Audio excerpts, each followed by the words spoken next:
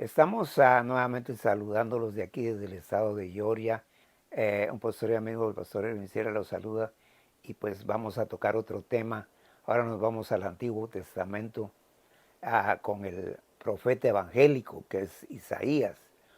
Isaías, pues sabemos que él era copero con los reyes. Él tenía familia que eran de jerarquía uh, de lo que es un reinado y sin embargo Dios lo escogió para llevar estos mensajes tan preciosos que él tiene ahí, que prácticamente toda la Biblia es importante y es igual. No podemos decir que algo es más que otro porque toda es palabra de Dios. Pero el profeta Isaías tiene como tema principal presentar a Jesucristo y aquí precisamente es el tema que vamos a ver. Isaías capítulo 42, versículo 1 al 9. El perfecto servicio a Dios, ya que acordémonos que Jesucristo, siendo Dios, y lo vimos el pasado domingo, Él se despojó de sí mismo, aunque nunca dejó de ser Dios, nunca perdió sus atributos divinos. Y aquí nos está hablando como siervo, como esclavo de Dios, como servidor de Dios, porque acordémonos que Él vino a eso aquí para poder cumplir un servicio de 3 años y medio, que prácticamente era la misión que tenía que hacer según el decreto divino, según el decreto de la Santa Trinidad. Entonces vamos a empezar con una oración para que Dios nos ayude a entender este pasaje. Señor amado, gracias por tu bendición, por que nos estás dando esta palabra preciosa, que la podemos deleitar y que el Espíritu Santo la penetre hasta lo profundo de nuestra vida, para que sea para nosotros siempre como la autoridad en fe y práctica, que es lo que tú quieres que sea tu palabra para nosotros. Te pedimos que pueda llegar a todas las personas que escuchen, ya sea tarde o temprano, y que sea bendición para sus vidas. En el nombre de Jesucristo, amén. Bueno, estamos entonces viendo Isaías capítulo 42, versículo 1 al 9, el perfecto servicio a Dios. Y aquí dice en el versículo 1, he aquí mi siervo, es Jesucristo el siervo, y es el Padre el que está hablando. Yo le sostendré mi escogido, porque a pesar de que como Dios él podía resolver todo, pero acordémonos que la Santa Trinidad está unida en todo, unida donde está uno están los tres. Y entonces aquí dice, yo le sostendré mi escogido. O sea que él fue por decreto divino, como decíamos, de las tres personas el que tenía que venir a desarrollar ese ministerio.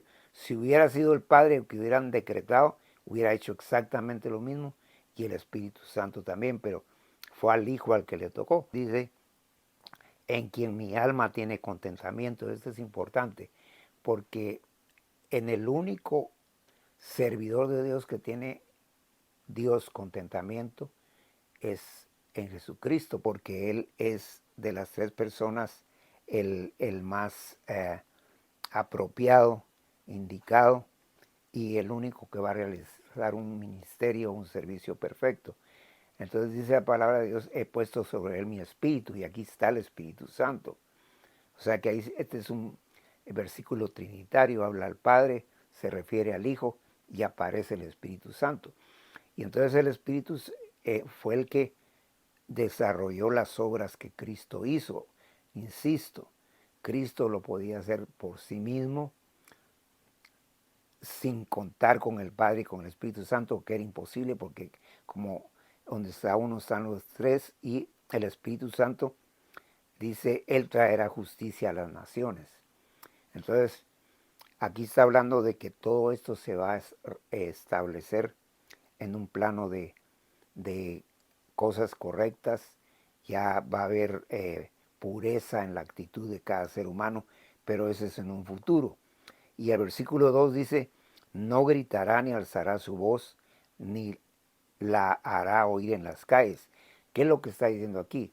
Que el Señor Jesucristo, aún siendo Dios, Él en muchas ocasiones decía, vete y no le digas a nadie quién te hizo esto.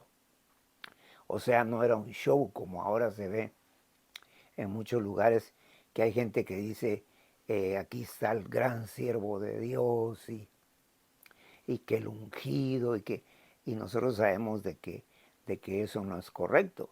Número uno, porque Dios no quiere que uno se alardee, o sea, que uno a alta voz diga yo soy el siervo de Dios. Todo lo contrario, tenemos que estar apreciando que Dios nos escoge para servirle, y no solo a los pastores, todo hijo de Dios, desde el más nuevo hasta el más antiguo en la iglesia verdadera de Cristo, es un siervo de Dios. Entonces dice aquí que no iba a ser una persona que iba a dar a entender lo que iba a hacer. Él hacía las cosas porque las tenía que hacer, y punto. Porque vemos que hay mucho show ahora y la gente se deja llevar por eso. Y obviamente detrás de eso, como hemos dicho, siempre viene el manipular a la gente, y pues por razones económicas. Versículo 3 dice, no quebrará la caña cascada. Y aquí lo que está diciendo es que él nunca se quebrantó. O sea, él nunca fue débil, porque además de ser hombre perfecto, era el Dios hecho carne, el único Dios hecho carne. Eh, y entonces aquí dice que él no se iba a quebrantar, aún en los momentos más difíciles para él, que fue cuando fue a la cruz. Él nunca se quebrantó, nunca decayó, pues él siempre siguió desde el principio hasta el fin. Y dice la palabra de Dios, no quebrará la caña cascada ni apagará el pábilo que humeare. Y aquí está hablando como una candela, lo que es la mecha de la candela. Ese es el pábilo. El pábilo es cuando uno apaga una candela o una veladora, lo que sea, que nosotros estamos acostumbrados a usar esas cosas, aunque aquí en Estados Unidos las usan también aromáticas. Tiene un pábilo, o sea, tiene una mecha, y esa mecha cuando uno la apaga, generalmente queda el poco de chispa de fuego, aunque ya esté completamente apagada. Y ahí lo que está diciendo, no quebrará la caña cascada, ni apagará el pábilo que humeare. O sea que siempre se mantuvo eh, bien, siempre se mantuvo estable, nunca tuvo ningún altibajo. Eso es lo que quiere dar a entender, por medio de la verdad traerá justicia, porque siempre él habló la verdad en todo sentido. Es más, él es la respuesta a la verdad en todo aspecto, una verdad completa, infinita. El 4 dice, no se cansará ni desmayará hasta que establezca en la tierra justicia, y las costas esperarán su ley. Y aquí ya está hablando que va a alcanzar a mucha gente de muchas naciones, y definitivamente nosotros nos vemos agraciados por eso, porque nos ha alcanzado también, porque principalmente él se dirigió al pueblo judío, al pueblo de Israel, pero a través de Israel el propósito de Dios era enseñarle a las naciones la verdad para que fueran libres del pecado. Versículo 5 dice, así dice Jehová, Dios creador de los cielos y el que los despliega y que extiende la tierra y sus productos. Y aquí está dando no un giro completo, pero porque todo está conectado, pero está diciendo que el que da alimento al ser humano es Dios. Dice que Él es el creador de los cielos. Obviamente aquí se entiende, usando el sentido común, que no solo creó los cielos, sino que la tierra también, y el que los despliega, es el que extiende la tierra y sus productos, y aquí está hablando ya de los productos, pueden ser vegetales, pueden ser productos de fruta, pueden ser productos aún de animales. Eh, eh, el que da aliento al pueblo que mora sobre ella y espíritu a los que por ella andan. Y aquí está hablando de algo importante, que Él es el que nos da el aliento, el oxígeno, pero también el aliento de el ánimo de seguir adelante. Dice claramente que a todos los que por la tierra andan. Entonces él se los da a gente de cualquier nacionalidad, de cualquier mentalidad. Lamentablemente hay más mal que bien, pero Él les está dando el chance de que se arrepientan hasta el último momento que Él ya tiene prefijado que se los va a llevar o que nos va a llevar, porque tarde o temprano nos corresponde irnos también. Y dice la palabra de Dios aquí en el 6, yo Jehová te he llamado en justicia y te sostendré, por la mano te guardaré y te pondré por pacto al pueblo, por luz de las naciones. Y aquí está hablando del pacto que Dios hizo con Israel, que obviamente solo fue Dios el que lo hizo. Y la señal del pacto para ellos, ya dijimos, era la circuncisión para el pueblo judío, no para nosotros. Porque a pesar de que el pueblo judío prácticamente Dios lo escogió para alcanzarnos a nosotros, Él tiene un programa aparte para los judíos y un programa aparte para los que somos de otras naciones. El versículo 7 dice, para que abra los ojos de los ciegos, para que saques de la cárcel a los presos y de casas de prisión a los que moran en tinieblas.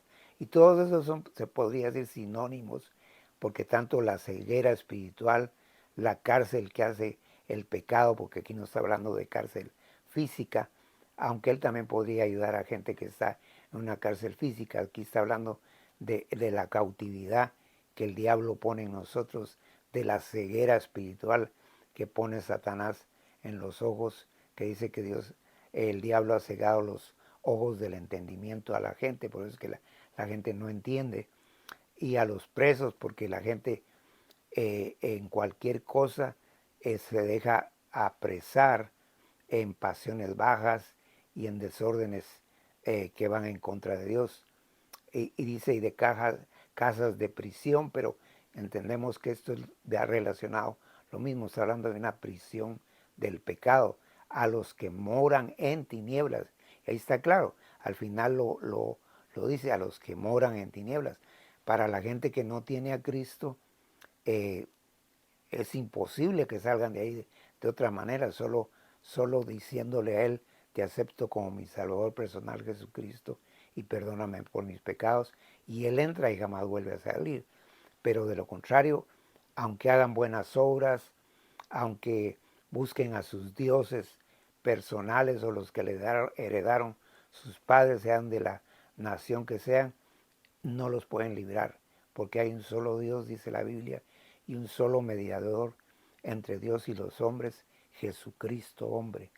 Y Jesucristo dijo él mismo que su carga es frágil y ligera su carga, o sea que, y dijo también que él era eh, pequeño, cuando él es el ser más grande de todas partes, pero eso nos enseña la humildad que él tenía, que él no quería eh, creerse la gran cosa como muchos lo hacen. Versículo 9 dice, 8 dice, yo Jehová, este es mi nombre, y a otro no daré mi gloria, ni mi alabanza a esculturas. Y aquí está hablando de imágenes. No importa la época, la historia o qué tipo de imágenes, si son imágenes históricas como las de Babilonia o de otros lugares, o las actuales que hay en religiones que adoran imágenes. Dice que no se tiene que alabar a esas esculturas. Y eso es una prohibición de Dios, porque dice, yo Jehová. No es una cosa que se nos ocurre a nosotros. Este es mi nombre y a otro no daré mi gloria. Y ahí dice, yo no le voy a dar la gloria a algo que no sirve para nada. Y entonces la palabra de Dios dice, ni mi alabanza a esculturas. O sea que nosotros no tenemos que estar alabando cosas que no son correctas. ¿Va? Y Apocalipsis es claro, dice que detrás de las imágenes hay demonios. Entonces pueden haber hasta respuestas milagrosas, pero no de Dios. Y dice la palabra de Dios en el 9, he aquí se cumplieron las cosas primeras y yo anuncio cosas nuevas. Y aquí está hablando de lo que es la profecía. La profecía tiene cosas pasadas que ya se cumplieron, por ejemplo, la primera venida de Cristo, pero también falta que se cumpla la segunda venida, que es cuando Él viene a hacerle juicio a Israel al nomás venir, a las naciones también, y después a empezar los 1000 años, donde dice la Biblia que Él va a estar físicamente en este mundo dirigiendo a la humanidad. Y entonces va a haber más justicia, eh, toda la gente va a tener cómo comer, cómo vivir, físicamente hablando van a haber muchas necesidades que van a ser suplidas, pero lo más importante que es lo espiritual. Sin embargo, sabemos que en esos 1000 años, dice la Biblia en Apocalipsis, que el diablo va a ser atado. Se entiende que es en su mismo refugio donde él está, donde va a ser atado por un ángel que ni lo menciona la Biblia, porque los ángeles, por su misma eh, contextura con que Dios los hizo, tienen más poder que el diablo, aunque el diablo tendría el mismo poder si no se hubiera puesto en desobediencia. Y esos 1000 años ya no va a estar poniendo tropiezos Satanás a nadie, ni acusando a la gente delante de Dios, porque es lo que está haciendo ahorita, especialmente contra nosotros los cristianos, que nos hace caer y después va a acusarnos delante de Dios. Pero en ese tiempo va a entrar un grupo de gente que todavía va a procrear. La mayoría de la gente ya no va a tener procreación, o sea, ya no van a haber más mujeres embarazadas de los creyentes, pero va a haber un grupo que sí va a entrar sin tener la glorificación, o sea, sin un cuerpo diferente, va a entrar con el mismo cuerpo, creyentes por supuesto, pero a ellos les van a nacer hijos y cuando sea desatado el diablo, dice que el diablo los va a volver a engañar y los va a poner en contra de Cristo. Y en cosa de segundos el Señor los acabará para siempre y entonces ahí ya viene lo que llamamos la eternidad, que ya no va a haber ningún problema más ni en el futuro ni en ninguna circunstancia o fecha, porque Dios va a acabar con toda la maldad y solo va a haber bendición. Versículo 9 nuevamente. He aquí se cumplieron las cosas primeras y anuncio cosas nuevas antes que salgan a luz. Entonces aquí está diciendo que Él anuncia cosas que se van a cumplir, porque lo que Él dice se cumple al pie de la letra. Podrán haber algunas personas que trabajan no con poderes de Dios, sino con mentiras o dirigidos por el enemigo, que puedan decir que va a pasar algo en el futuro. Y puede ser que hasta se cumpla, pero no por dirección de Dios. Pero la gente se deja llevar por eso, por milagros mentirosos. Antes que salga a la luz, yo os las haré notorias. Entonces aquí nos está diciendo que el Señor nos lo está dando a conocer a través de su palabra todo, pero todo lo que dice su palabra, si la entendemos correctamente, que Dios dice que hace sabio al sencillo, cualquier persona la puede entender, siempre y cuando tenga a Dios en su corazón, y Él va a hacernos conocer cuál es la realidad. Al final, solo para mencionarlo, Dice, cantad a Jehová un nuevo cántico, su alabanza desde el fin de la tierra, los que descendéis al mar y cuanto hay en las cosas y los moradores de ellas. Entonces aquí está hablando de que va a haber júbilo, que va a haber un regocijo real y que definitivamente ya no va a haber ni odio ni más dolor y ya no va a haber enfermedades, ya no va a haber problemas de ninguna índole. Los seres humanos que son verdaderos creyentes van a entrar al trono de la gloria. Eh, eh, Vamos a poder ver a Jesucristo físicamente, vamos a poder estar en calles de oro, como dice la Biblia, y un mar de cristal. O sea que va a ser una cosa inimaginable, cosa que ojo no vio, ni oído oyó, está preparado para nosotros, dice la palabra de Dios. Que Dios les bendiga y que Dios nos ayude a pensar esta realidad que no es solamente imaginaria ni ilusoria, sino que es lo que Dios dice, y por eso dice que hay cosas que ya se cumplieron y ya se cumplieron al pie de la letra, en el momento exacto, en la fecha exacta, en el lugar exacto, pero faltan otras cosas que se tienen que cumplir. Estamos viviendo momentos difíciles ahorita en este planeta Tierra, pero el Señor está con nosotros, sea cual sea nuestra condición. A veces hay condiciones más difíciles que otras. Él nunca nos va a desamparar. Que Dios nos bendiga y nos ayude a seguir confiando en Él y que por ningún momento, sea cual sea la circunstancia que venga a nuestras vidas, desconfiemos de que Él nos va a dejar, porque si Él es con nosotros, ¿quién contra nosotros? Oremos.